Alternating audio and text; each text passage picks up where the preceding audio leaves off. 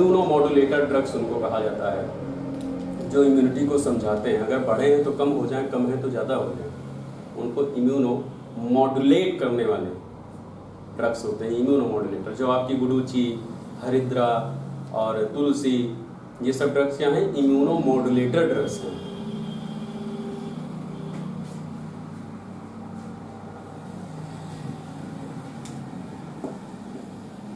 और आगे बढ़ा जाए, कल हम लोग पढ़ रहे थे पैथोलॉजी में, हम लोग बात करते हैं सिम्टम की, कि सिम्टम क्या क्या आता है। सिम्टम्स, कल हम लोग पैथोलॉजी पढ़ रहे थे, और पैथोलॉजी में हम लोगों ने पढ़ा था कि एक तो रिएक्शन था IL-1 और ट्यूमर नेक्रोटाइजिंग फैक्टर का। IL-1 और ट्यूमर नेक्रोटाइजिंग फैक्टर, ये सिस्टमिक रिस्पांस था, याद है? IL-1 और ट्यूमर नेक्रोटाइजिंग फैक्टर ये क्या कर रहे थे? Systemic response. और सिस्टमिक रिस्पांस से सिम्टम क्या आया था? हाइपोथैलेमस, याद आ रहा है? थर्मोरेगुलेशन। तो इससे क्या हो रहा था? फीवर हो रहा था, चिल हो रहा था, और राइगर, शरीर कांप रहा था, राइगर हो रहा था।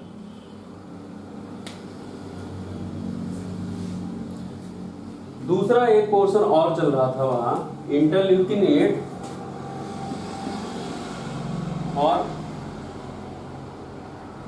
और कौन इन्वॉल्व था?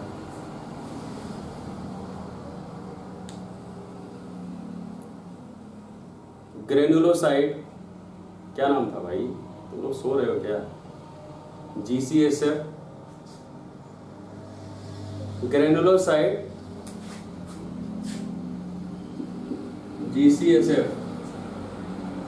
GCSF, ये इंटरनल लोकल एक्शन कर रहे थे। ये लोकल एक्शन कर रहे थे। ये लोकल इंफ्लामेटरी रिस्पांस कर रहे थे। लोकल इंफ्लामेटरी रिस्पांस कर रहे थे। लोकल इंफ्लामेटरी रिस्पांस कर रहे थे। अब इससे क्या हो रहा था? दो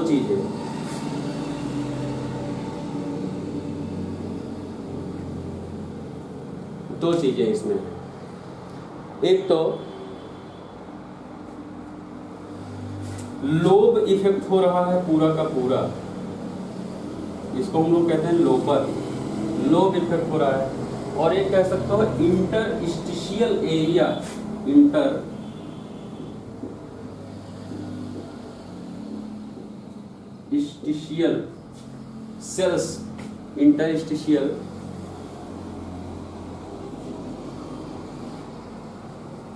सेल्स में इकट्ठा हो रहा, मतलब एल्वियोलर वॉल में।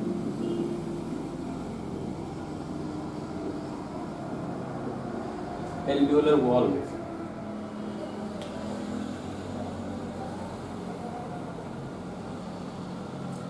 एल्वियोलर वॉल क्या है? Space between alveolar wall,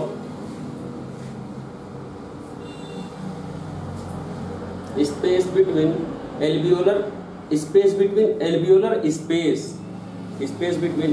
space and blood stream, उसको कहा जाएगा इंटरस्टिशियल एरिया।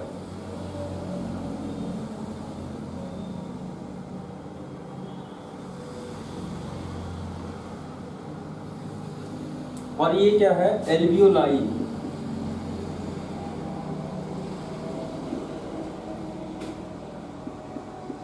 एल्वियोलाई में, इंटरनल एल्वियोलाई में।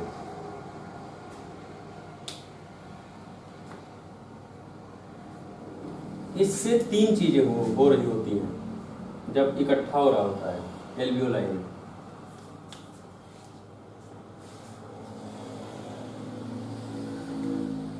अगर एल्वियोलाई में इकट्ठा हो रहा है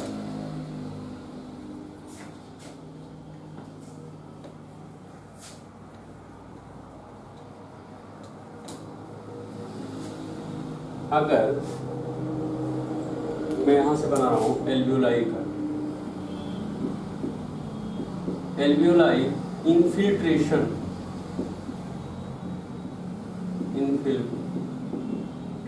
एल्वियोलाई में प्लाज्मा फिलिंग हो रही है, इन्फिल्ट्रेशन। अगर एल्वियोलाई इन्फिल्ट्रेशन हो रहा है तो सबसे पहले होता है इरिटेशन। अगर एल्वियोला में फ्लूइड इकट्ठा होने लगे तो एल्वियोला में इरिटेशन होता है। और इरिटेशन क्यों होता है? क्योंकि उस फ्लूइड को एल्वियोला बाहर निकालना चाहता है। Irritation and attempted clearance of Airways, इसको लिख सकते हो irritation and attempted clearance of airway. जब एल्वियोला में फ्लूइड इकट्ठा होना शुरू हो जाता है तो एयरवे कोशिश करता है कि उस फ्लूइड को बाहर निकाला जाए, इरिटेट होता है और क्लियर करने के लिए कोशिश करता रहता है।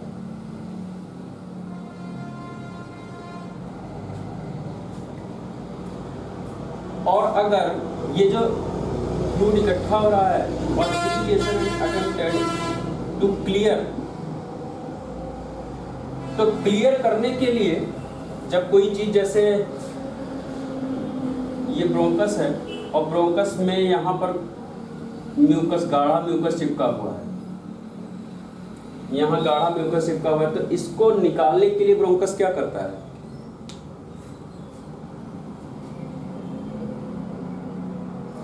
सबसे पहला पॉइंट म्यूकस सिक्रेट करता है और म्यूकस जब सिक्रेट हो जाता है, जब म्यूकस में फंस जाता है तो सिलिया अपवर्ड डायरेक्शन में मूव कराना शुरू कर देती है और म्यूकस में मिलाकर उसको बाहर फेंक देती है। तो इरिटेशन और अटेम्प्टेड टू क्लियर करना होना शुरू हो जाता है। लेकिन अगर ये बैक्टीरिया या एंटीजन बाहर ना निकले तो कॉन्टिन्यू म्यूकस सिक्रेट होता रहता है।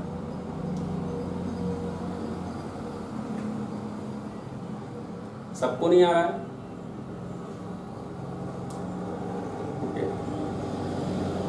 ओके। तो कॉन्सेप्ट ये है, कॉन्सेप्ट समझो, पहली बात सिम्टम के कॉन्सेप्ट जानो। होता क्या है कि अगर एल्वियोला, ये एल्वियोला है और यहाँ पर फ्लूइड फिलिंग हो रहा है निमोनिया में, जैसे हम लोगों ने पढ़ा। अभी अगर फ्लूइड इकट्ठा हो गया है तो इस फ्लूइड को निकालने के लिए यहाँ इरिटेशन होता है और इस फ्लूइड को धीरे धीरे निकालने के लिए जो ये सेल्स हैं, सिलियरी सेल और ब्रांचिंग सेल जो हैं, ये सब भी एक्टिव हो जाते हैं कि इसको निकालना नहीं तो दिक्कत हो जाएगी, हम लोग भी नहीं बचेंगे। तो इसके निकालने का जो प्रोसेस है वो ये है कि यहाँ म्यूकस सिक्रेट हो, गॉबलेट से म्यूकस सिक्रेट करना शुरू कर देते हैं डिफेंस सिस्टम, और सिलिया ऊपर की तरफ पुश करना शुरू कर देता है और निकल जाता है। लेकिन ये म्यूकस यहीं का यहीं पड़ा हुआ है और अगर निकल भी जाता है तो और ज़्यादा म्यूकस सिक्रेट होकर आ जाता है, क्योंकि निमोनिया रुक नहीं रहा है और ये रुकेगा नहीं और ये उतना ही इरिटेट होता जाएगा, उतना ही म्यूकस सिक्रेट करता चला जाएगा। ये भी नहीं रुक रहा है, ये भी म्यूकस सिक्रेट कर रहा है। और म्यूकस जब बहुत ज़्यादा सिक्रेट होगा, फ्लूइड इन्फिल्ट्रेशन और ज़्यादा बढ़ जाएगा। हो सकता है इसका फ्लूइड भी यहाँ आना शुरू कर दे, तो एल्वियोला में और ज़्यादा फ्लूइड इकट्ठा होना शुरू हो जाएगा। और उससे क्या होगा, जो एल्वियोला है यहाँ कफ जमा हो जाएगा, फ्लेगम, और यहाँ भी फ्लेगम जमा हो जाएगा।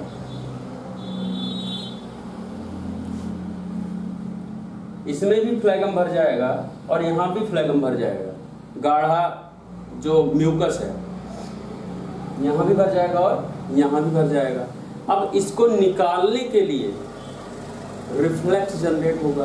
कौन सा रिफ्लेक्स?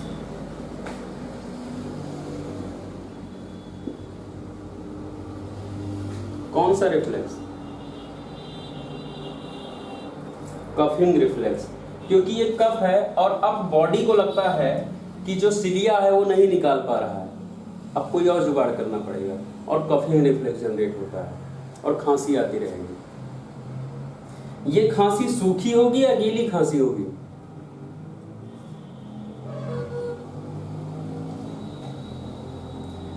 ऐसा नहीं रहता है, कुछ पार्ट थोड़ा थोड़ा निकलता रहता है। जब कफिंग रिफ्लेक्स शुरू होता है तो यहाँ पूरा का पूरा ऐसा नहीं होता कि कुछ नहीं निकलेगा, थोड़ा बहुत निकलता रहता है। अगर यहाँ म्यूकस सिक्रेट होने वाली कोई बीमारी है, सीधा सा कॉन्सेप्ट समझ लो, अगर कोई पैथोलॉजी ऐसे अंदर चल रही है जहाँ म्यूकस सिक्रेशन हो रहा है तो कफ में म्यूकस आएगा। और अगर कोई ऐसी बीमारी है जहाँ म्यूकस सिक्रेशन नहीं होता है, पैथोलॉजी अगर ऐसी कोई है, तो वहाँ ड्राई कफ होगा। तो यहाँ म्यूकस सिक्रेशन हो रहा है तो भले ही पूरा साफ नहीं होता है, लेकिन जब कफ रिफ्लेक्स होता है और अगर उसका नर्वस सिस्टम ठीक है, कफ रिफ्लेक्स जनरेट हो पा रहा है कंप्लीटली, तो बहुत सारा कफ यहाँ से निकलता रहता है। लेकिन यहाँ इन्फेक्शन चल रहा है तो इन्फिल्ट्रेशन होता चला जाता है धीरे धीरे। तो यहाँ कफ आएगा और ये वेट कफ होगा। प्रोडक्टिव कफ इसको कहा जाता है। मतलब प्रोडक्टिव क्या है, स्पुटम प्रोडक्ट होता रहता है, प्रोडक्टिव कफ। और एक चीज आप लोग कल बहुत ध्यान से हम लोग पढ़ रहे थे, अब ये प्रोडक्टिव कफ में क्या हो सकता है, स्पुटम मिक्स हो विद स्पुटम। एक चीज और पढ़ रहे थे हम लोग कि एल्वियोला के ऑल अराउंड क्या होता है, कैपिलरी, कैपिलरीज।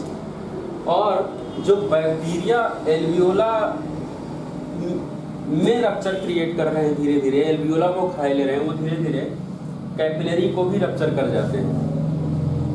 और कैपिलरी अगर रप्चर हो जाती है तो यहाँ बहुत माइल्ड ब्लीडिंग शुरू हो जाती है,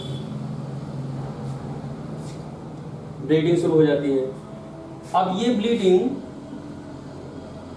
जो इसमें फ्लूइड है,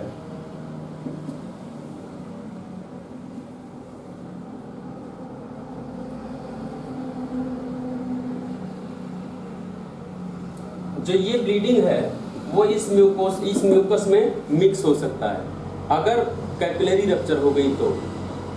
और इस म्यूकस में अगर ब्लीडिंग मिक्स हो गया, मतलब आरबीसी आने लगे, तो ये स्पुटम जो आएगा वो क्लियर होगा या रेड कलर का होगा। तो बहुत बार जो कफ है विद स्पुटम आ रहा है, इसमें बहुत बार लगता है कि ब्लड मिक्स होके आ रहा है, ब्लडी स्पुटम आएगा। तो हो सकता है हाँ हीमोप्टिसिस, उसको कहते हैं हीमोप्टिसिस। टिसिस मतलब होता है थूक और हीमो मतलब खून, RBCHB। कफ विद स्पुटम हो सकता है क्लियर स्पुटम हो सकता है कि RBC मिक्स होकर क्लियर स्पुटम आ रहा है। तो दूसरा सिम्टम क्या है, हीमोप्टिसिस भी हो सकता है, कफ और हीमोप्टिसिस। निमोनिया का मरीज कह सकता है कि मुझे थूक में, बलगम में खून मिक्स होकर आता है, लाल बलगम आ जाता है, या उसमें RBC, वो कहेगा कि लाल लाल चिट्टियाँ पड़ी होती हैं। आप पूछते हो कि कहीं कोई लाल लाल दाने तो नहीं उसमें पड़े हैं, कुछ ऐसे पूछते हो उनके भाषा में तो वो बताते हैं।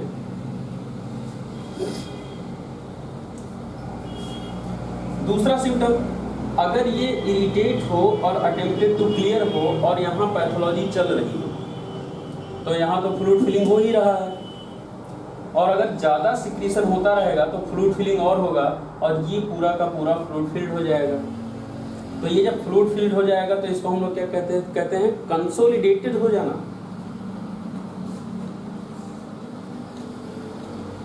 क्या कहते हैं इसको,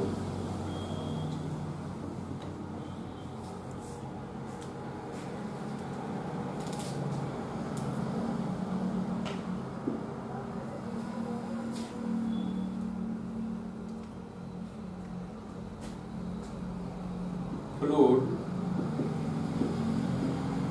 build up in alveoli। जिस एरिया में इन्फेक्शन चल रहा होगा उस एरिया के एल्वियोलाई में फ्लूइड बिल्कुल भर जाएगा, पूरा का पूरा एल्वियोला फ्लूइड से भर जाएगा, फ्लूइड बिल्डअप इन एल्वियोलाई।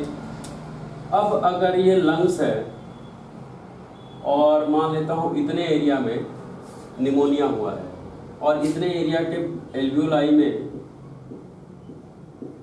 फ्लूइड बिल्डअप हो गया है। इतने एरिया के एल्वियोलाई में क्या हुआ है? मेरी आवाज आ रही है? इतने एरिया में, तुम लोग बहुत देर से बोलते तो मुझे लगा मैं डिस्कनेक्ट हो गया। इतने एरिया में फ्लूइड बिल्डअप और एल्वियोला के अंदर बिल्कुल फ्लूइड भरा हुआ है, तो ये कंसोलिडेटेड हो गया।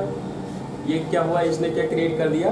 कंसोलिडेशन। अब जब इस लंग्स का एक्सरे कराएंगे और जब बीम आएगी एक्सरे की, तो ये वाला जो एरिया है, इस एरिया को बीम पास कर पाएगी, उस पार जा पाएगी।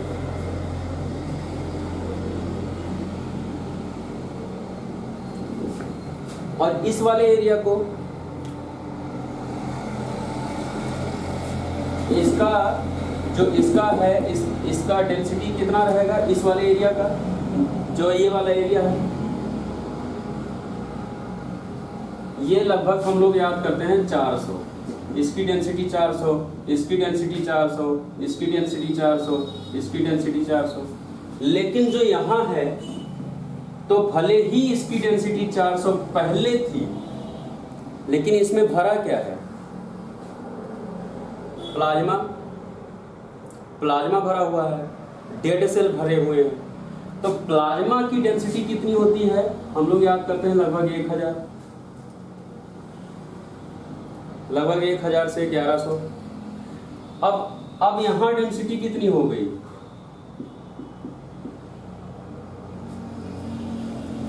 अब अगर 400 की डेंसिटी पे जितना ब्लैक आता है या जितनी रेज पास हो जाती है, अब अगर 1400 की डेंसिटी हो जाएगी तो कितनी रेज पास हो पाएंगी? कुछ नहीं, या बहुत माइन्यूट रेज पास हो पाएंगी। तो अगर रेज पास नहीं हो पाई तो जो फिल्म उस पार बनेगी, इस एक्सरे के उस पार, तो ये वाला एरिया से लाइट पास हो जा रही है, 400 का है, तो जो जहां से लाइट पास हो जा रही है वो किस कलर का बनता है? और जहां की डेंसिटी हार्ड हो गई है, जहां की डेंसिटी बढ़ गया है, उस एरिया में लाइट रुक जाएगी, तो उस पार जो रिफ्लेक्शन बनेगा, जो शेडो बनेगा, वो किस कलर का शेडो बनेगा? व्हाइट कलर का शेडो बनेगा। तो जितने एरिया में कंसोलिडेशन होगा, वो पूरा का पूरा एरिया उस पार क्या आएगा? व्हाइट आएगा। तो फ्लूइड बिल्डअप इन एल्वियोलाई, इससे क्या आएगा? एक्सरे में कंसोलिडेशन शो होगा। एक्सरे में ये व्हाइट स्पॉट दिखना, एक्सरे में कंसोलिडेशन शो होगा। चेस्ट एक्सरे में कंसोलिडेशन होगा।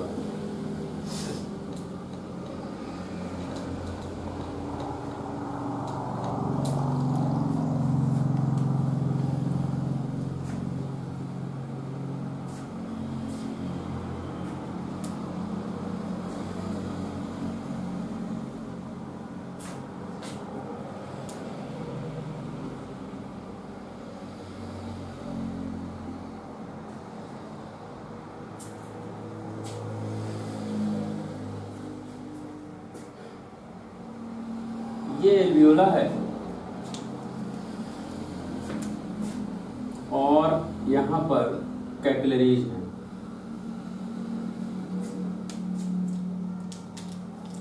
और एल्वियोला से CO2 कैपिलरी में जाता है और O2 कैपिलरी से एल्वियोला में आता है। इसको कहा जाता है गैस एक्सचेंज। ये क्या है? Gas exchange. लेकिन जब निमोनिया है तो पूरा का पूरा ये एरिया क्या हो गया? पानी से ब्लॉक हो गया। यहाँ गाढ़ा कफ भर गया, यहाँ गाढ़ा कफ भर गया।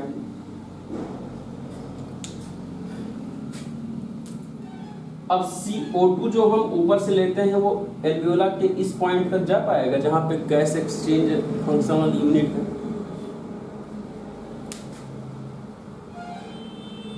तो अगर ऑक्सीजन यहां नहीं जा पाएगा तो ये ऑक्सीजन कैपिलरी में भी नहीं जा पाएगा। अगर एल्वियोला में नहीं जा पाएगा तो कैपिलरी में भी नहीं जा पाएगा, और ये जो ऑक्सीजन है, ये जो ऑक्सीजन है ये गायब हो जाएगा। तो इस कैपिलरी में अब ऑक्सीजन की कमी होगी या नॉर्मल रहेगा कैपिलरी में? इस कैपिलरी में O2 की कमी हो जाएगी, तो शरीर में O2 की कमी हो जाएगी। तो होगा क्या? हाइपोक्सीमिया। O2 मतलब ऑक्सीजन की कमी, और इससे क्या होगा? Decreased O2। हाइपो मतलब कम, ऑक्सी मतलब ऑक्सीजन, मिया मतलब ब्लड। हाइपोऑक्सीमिया, इससे क्या होगा? हाइपोऑक्सीमिया।